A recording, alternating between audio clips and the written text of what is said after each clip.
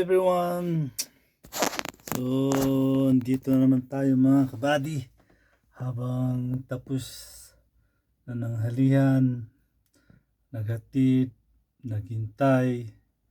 So ito ang buhay family driver ni Rio Vlog TV. Ano lang, ganito lang mga ka-everybody. Kung wala silang pupuntahan, kung meron man silang pupuntahan, sila yung kung meron silang pagpaparkingan, sila yung sila na yung nagdadrive sa sarili nila. Pero pag itong may pasok, hatid sundo lang si Rio Vlog TV sa mga anak ng amo. At salamat sa Diyos, salamat din sa lahat. Kasi na-open din na pwede magmaniho ng babae. Kaya yung amo kong babae, hindi na siya nagpapadrive. So, ganun lang mga ka-everybody. Tip ko lang sa mga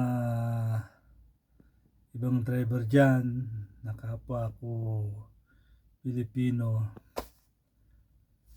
Pag nandito na kayo mga kababayan,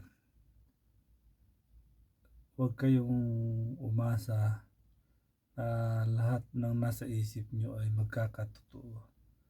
Kung matapat kayo man sa amo na medyo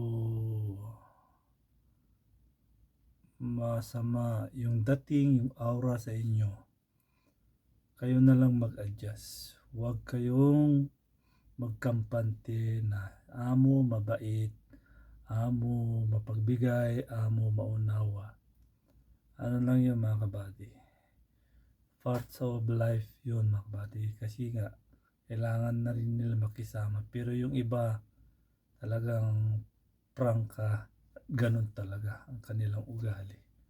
Kaya please lang, huwag kayo masyadong magalit sa inyong mga amo. Kung mapagsabihan man kayo, tanggapin nyo, kayo mag-adjust, hindi yung mga amo. Kasi kayo yung utusan, tayo ang trabahador. Hanap natin dito trabaho. Kaya nga nag-hire sila para meron silang mautusan.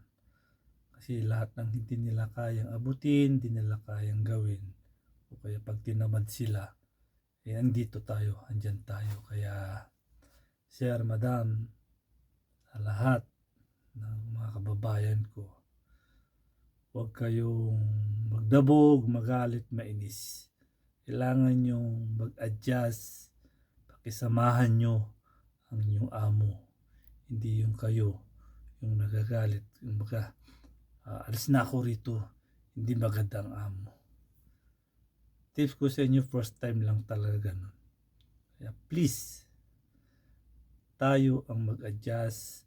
Unang-unang gawin nyo, magdasal. Pagdasal nyo sarili nyo, pamilya nyo. Pangalawa, yung mga amo nyo na magkaintindihan kayo, magkaunawaan kayo. So, tingnan nyo ako mga kabady.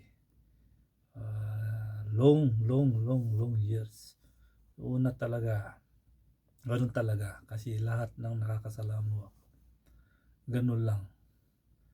Panay, pag nagalit yung nainis yung amo, hindi kayo nagkaintindihan, ganun. Normal lang talaga mga ka-everybody, kaibigan. Kaya tips ko lang sa inyo, tayo ang mag-adjust, hindi yung silang mag-adjust. Kasi sila yung nag-hire, sila yung amo. Kaya be kind, be safe, and put God first always, and peace Noah.